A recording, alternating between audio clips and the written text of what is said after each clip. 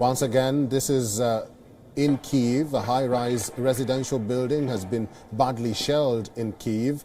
This is according to emergency services in the country. It is not clear at the moment if there are any casualties. The authorities are still assessing the number of victims, but the visuals coming in from Kyiv shows officials rescuing injured civilians. They posted a picture of the tower block with a hole covering at least 5 floors blasted into the site. This comes after Russian Foreign Minister Sergei Lavrov said that Kremlin's military operations will not target civilian infrastructures.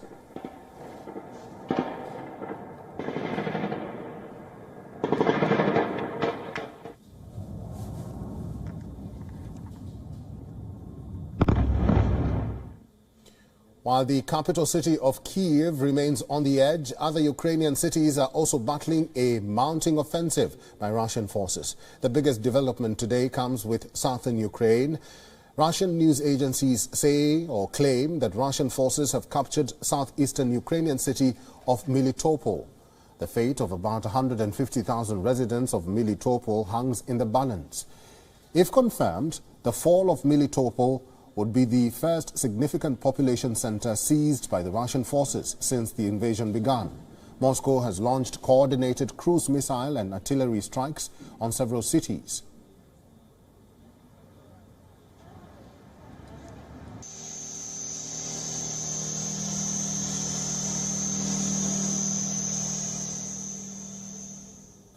Ukrainian military command say that Kalibr cruise missiles were launched at multiple cities from the Black Sea. Areas near the cities of Sumy, Poltava, Mariupol have been hit by airstrikes. Russia says it has targeted Ukrainian military infrastructure with air and sea-based cruise missiles.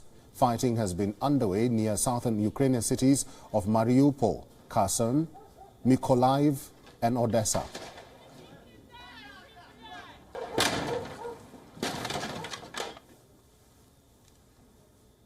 Mariupol has been witnessing a multi-pronged attack by the Russian forces. Several buildings have been destroyed in shelling.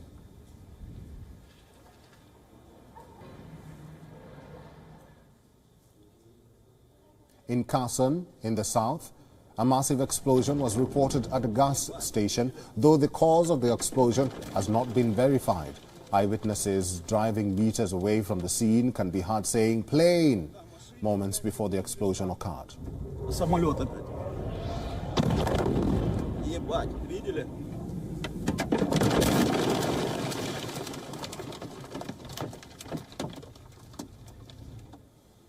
On Friday, CCTV footage showed Russian military vehicles moving in the Kherson region. Military trucks and tanks were seen moving into the city. Numerous Russian military hardware with white painted Z signs on them were seen moving in.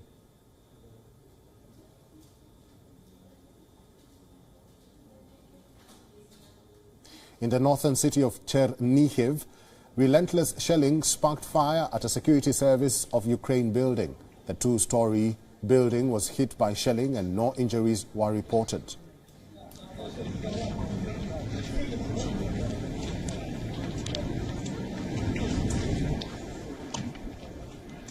Two other cities, Sumy and Konotop in the southeastern Ukraine, have been cut off. Russian Defense Ministry has said Western weapons had been seized, including American Javelin and British Law anti-tank missiles. Всего российскими вооруженными силами выведено из строя 211 военных объектов инфраструктуры вооруженных сил Украины. Среди них 17 пунктов управления и узлов связи вооруженных сил Украины, 19 зенитных ракетных комплексов противовоздушной обороны С-300 и ОСА, 39 радиационных станций. Сбито 6 боевых самолетов, 1 вертолет, 5 беспилотных летательных аппаратов. Уничтожено 67 танков и других боевых бронированных машин, 16 реактивных систем залпового огня и 87 единиц специальной военной автомобильной техники. Uliam Blacker is an associate professor of comparative East European culture at the University College London, and he is now joining us live. Welcome to WION, Professor Blacker. Thank you. Professor, what do you make of the statements by the by Russia that the Kremlin wants to free Ukraine from oppression? Well, it's ridiculous, and as with many statements made by the Kremlin, you simply take it and turn it upside down and you'll get the truth. Ukraine is a country which has democratic free elections. It regularly has changes of power, changes of government, changes of president. Russia has had the same president for 20 years and does not have free elections. It does not have freedom of speech. Ukraine has freedom of speech. So if there's a country in this region where people are being oppressed, it's certainly not Ukraine. It's Russia. Professor, French President Emmanuel Macron says the world should be prepared for long war in Ukraine. Is that a confirmation of a reality that we will have to live with? And what might have prompted Macron to say that? Well, obviously we have to hope that that won't be the case. But at the moment it's extremely difficult to predict. We've seen the Kremlin becoming involved in Russia becoming involved in numerous conflicts over the years. Some of those have been short, relatively short, as in Georgia in 2008. Some of those have been longer and more protracted.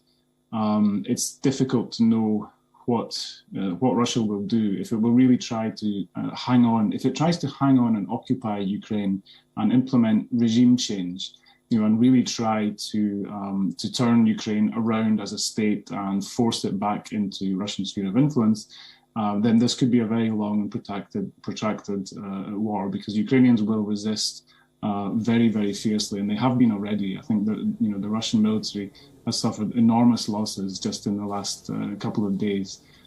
I think they've experienced losses that they were not expecting.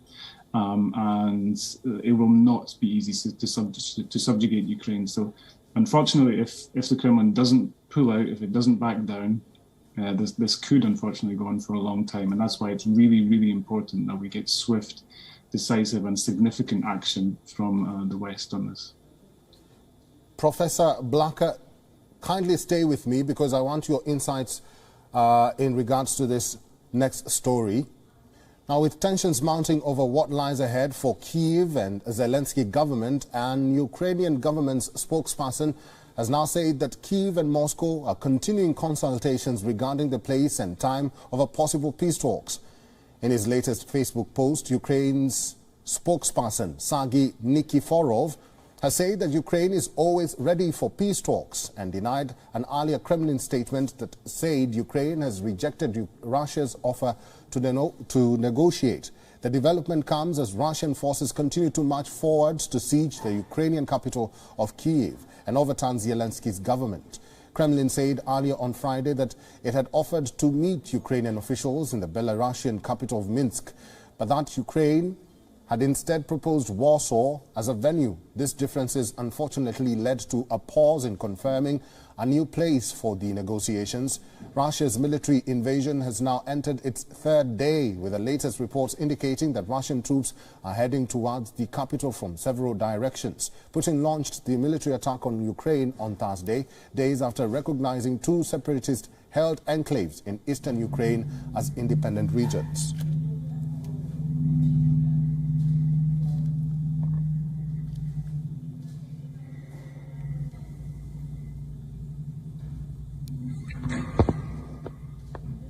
Professor, thank you very much for staying on. What seems to be ignored here is the humanitarian catastrophe as a result of this conflict. What can the world do apart from protests to rally for and even possibly save Ukrainians? Yeah, this is a great question. I think we are now seeing the development of a refugee crisis in Europe. It's been very heartening to see Ukraine's western neighbours open up their borders. So Poland, Slovakia, Hungary, Romania, Moldova have been very quick to act to help people fleeing the conflict, fleeing the Russian invasion. We have to see action from the Western European countries as well, because we can't expect Ukraine's Western neighbours to take the entire burden. We could be seeing millions of refugees. I've seen estimates of up to 5 million. This could be even larger than the the migrant crisis of a few years ago, when Germany took lots of migrants from the Middle East. So far, the reaction of the British government, for example, has been poor on this.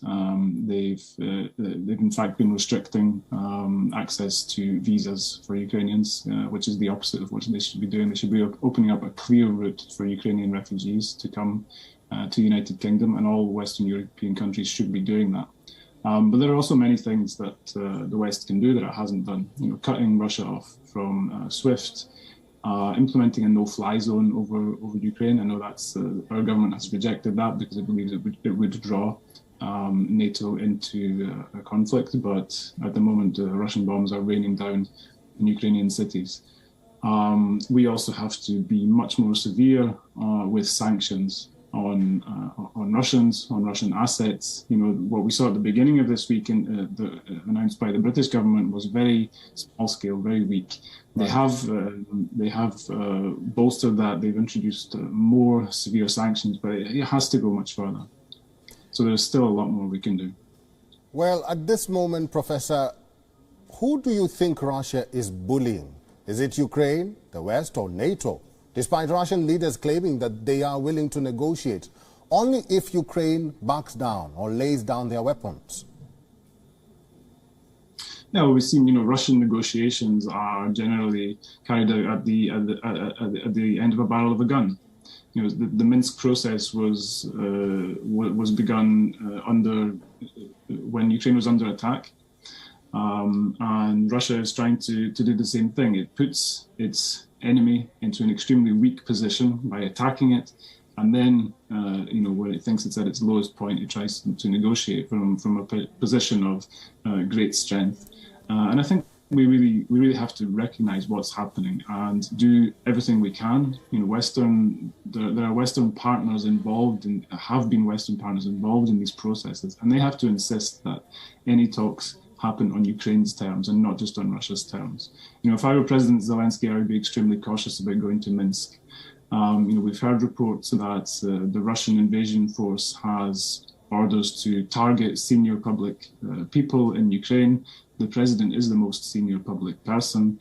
You know, I'd be very worried about my fate if I were President Zelensky, if I were to fall into the hands of the Russians. And going to Minsk, I think, would be a great personal risk for him. Although he has shown great bravery in staying in Ukraine, despite apparently an offer to leave from the Americans, he's insisted on staying. He's there. He's communicating with the people. Professor Uliam Blaka, thank you very much for your insights and for talking to WION today. Thank you. Every war eventually boils down to numbers: the number of troops, the number of battalions, artillery, armored vehicles, defense spending, all of it. This gives us a sense of what to expect, which side the odds are stacked against, and which side they are tilted to. So if we look at this in terms of numbers, how do both Russian and Ukrainian sides compare? Now, according to the 2022 Global Firepower Index, Russia has a military spending of $61.7 billion. That's 11.4% of its total government spending. In comparison, Ukraine was spending $5.9 billion on its armed forces. If we speak of military manpower, Russia has 900,000 active personnel. Ukraine has 209,000. Russia has 2 million reserve personnel. Ukraine has 900,000. If we speak of artillery or heavy military ranged weapons, Russia has 7,571. Ukraine has only 2,040. When it comes to armored vehicles, Russia has around 30,122 armored vehicles. Ukraine has only 12,303. Russia again has the edge in terms of tanks, the primary offensive weapon of any army. It has over 12,420 tanks compared to 2,596 Ukraine's tanks in Ukraine's arsenal. When it comes to attack helicopters, Russia has 544 of them. Ukraine has just 34. Lastly, the fighter aircraft, the most potent weapon in air-to-air combat. Russia again outranks Ukraine here. It has over 1,511 fighter aircrafts. Ukraine has just 98. WION is now available in your country. Download the app now and get all the news on the move.